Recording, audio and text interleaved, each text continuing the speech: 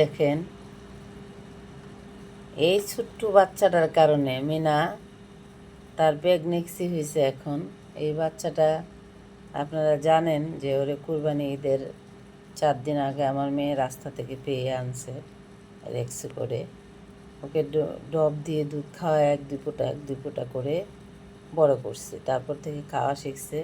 ওরে নিয়ে রাখি, ওরে আদর করে রাখি, ওর সাথে থাকে। এখন মিনা প্রেগনেন্ট হয়ে গেছে বা কনসেপ্ট করেছে, আমরা আসলে বুঝতে পারি নাই।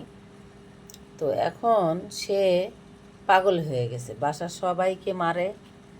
এই কালুরে আজকে 2-3 বার মারছে, কালুরে মারে, হালুমরে মারে, যারে দেখে তারে মারে। শুধুমাত্র সে এই বাচ্চাটাকে নিয়ে শুয়ে থাকতে চায়, বাচ্চাটাকে চাটাচাটি করতে চায়, বাচ্চাটার সাথে সে ঘুমাতে চায়, বাচ্চাটাকে নিয়ে আটকায় রাখতে চায়।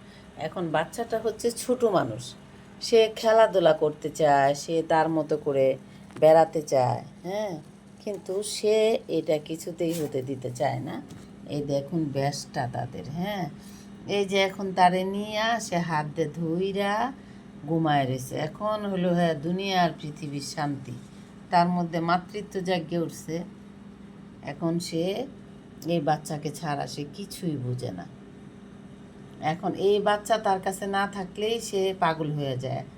তে সে সবাইকে দৌড়াবে, সবাইকে মারবে, মানে আর খালি সারাদিন চিৎকার করতে থাকবে। শুধুমাত্র ওরে নিয়ে সে থাকবে, ওরে নিয়ে সে থাকবে,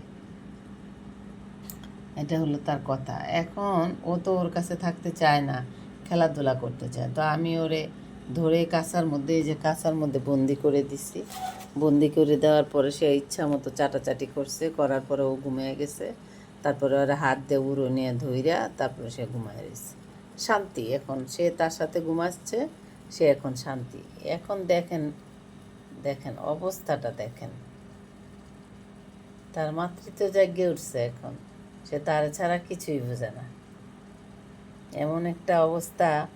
মানে কালোটার মাইরে কিছু রাখে নাই, তার রাগ উঠে যায়। এর কাছে না আসলে সে যারে পায় তারই ফাইট, থাপ্পড় মারবে, চর মারবে, কামড় মারবে, এগুলা করতেছে সে। কি আর বলবো বলেন, আপনারা দোয়া করেন মিনার জন্য। কনসেপ্ট যেহেতু করে ফেলছে, আমার বাসার সবারই নিউটার্ন করানো আছে, শুধুমাত্র মিটুকে নিউটার্ন করানো হয় নাই। আর হালুমরে তো রেক্সও করেছি প্রায় 2 বছরের মতো। হালুমরে এত আদর করি রাখি, বাসায় খাওয়া দাওয়া করাই সব কিছু, কিন্তু তারপরে হালুমরে আমরা কুলে নিতে পারি না, হালুমরে ছুঁইতে পারি না। কারণ হালুম অনেক প্রচণ্ড ভয় পায়। তারে নিয়ে যে যাব, তারে করার জন্য, মানে নিউটার্ন করানোর জন্য তারে যে নিয়ে যাব কাছা করে বা ঝুরি করে, সে গাড়ির থেকে রাস্তায় পড়ে যাবে কোথায়।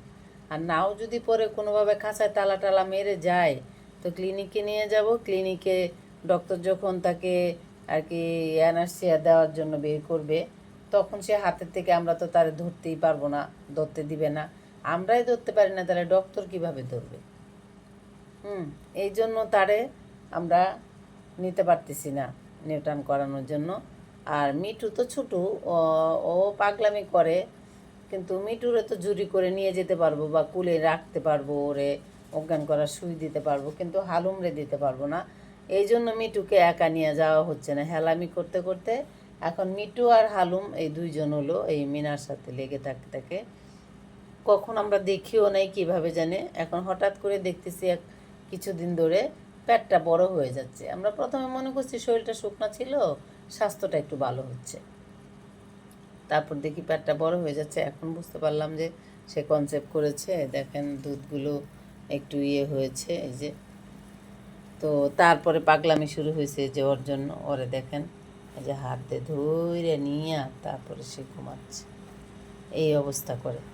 তার মাথার নিচে তার হাত দিয়ে রাখছে, দিয়া নিয়ে শুয়ে আছে। মানে এরকম একটা অবস্থা, কি বলবো বলেন।